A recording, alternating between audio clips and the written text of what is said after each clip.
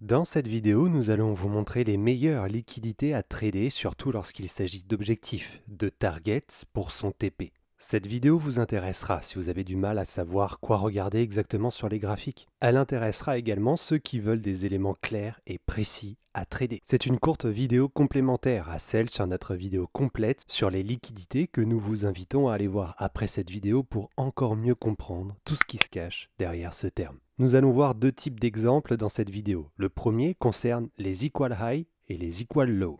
Qu'est-ce que c'est techniquement parlant? C'est tout simplement un niveau de prix touché plusieurs fois, soit en tant que support, soit en tant que résistance. Lorsqu'un niveau de prix fait plusieurs fois support entre guillemets, c'est donc un equal low. Et lorsque c'est touché plusieurs fois en tant que résistance, on appelle ça un equal high. Cela rejoint les concepts retails de zone support et de zone de résistance. Et ces niveaux, les algorithmes de trading vont toujours aller les chercher pour liquider les participants qui avaient mis leur stop loss autour de ces niveaux. Ceux qui achètent une zone support mettent leur stop loss en dessous, ceux qui shortent une zone de résistance mettent leur stop loss au-dessus. Premier exemple ici avec des equal high. Il y a 3 points de contact, on pourrait donc parler d'une résistance majeure où les particuliers vont vouloir shorter si le prix revient sur ce niveau. Et en mettant donc leur stop loss au-dessus de cette zone de résistance qui est l'equal high. Ce qu'il faut comprendre avec les equal high et equal low, c'est que les algos vont faire en sorte de faire croire que ces niveaux de résistance et de support marchent. Donc avant que ce niveau d'equal high soit cherché, le prix part dans le sens souhaité par le retails.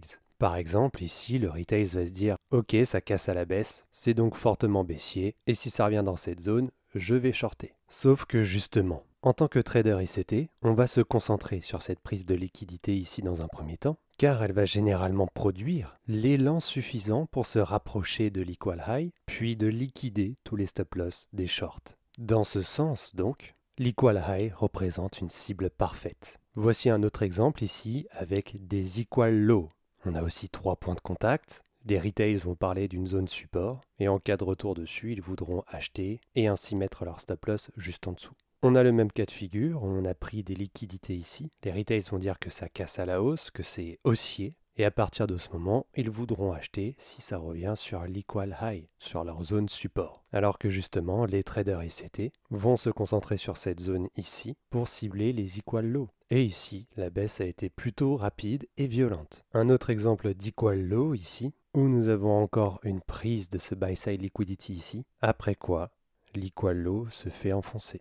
On notera plus tard, après cette baisse, qu'il y a d'ailleurs eu des equal high qui ont été formés, et on sait que ce niveau représentera une cible pour les algorithmes plus tard. Mais il n'y a pas que les equal high et les equal low. Chez Vision, ce que nous aimons bien travailler, ce sont les PDH et les PDL. PDH pour Previous Daily High, donc le plus haut de la séance précédente, et PDL pour Previous Daily Low, donc le plus bas de la séance précédente. Pour cela, il faut que votre biais daily soit clair. Nous avons fait d'ailleurs une vidéo complète sur la construction du biais daily. Le lien sera mis à la fin de cette vidéo. Si votre biais daily est bullish, et donc que vous cherchez toujours à acheter, il va donc falloir vous servir du PDH et du PDL. Sur cette bougie daily qui a clôturé, donc la veille, le PDH est donc ici, et le PDL est donc là. Si vous cherchez à acheter, on sait déjà quel est notre objectif pour la journée suivante. C'est le PDH. Et quel est le niveau idéal pour chercher à acheter? C'est le PDL. Et pourquoi donc? Car on attendra une phase de manipulation sur ce PDL et ensuite une distribution bullish en direction du PDH. Pour trouver cette structure à acheter, il faudra bien évidemment descendre sur les échelles de temps plus bas,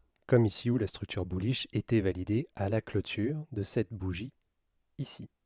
En flux intraday, lorsque notre target est le PDH et lorsqu'on est actuellement sur le PDL, ou l'inverse, c'est une situation technique extrêmement favorable et qui peut donner lieu à de très beaux trades.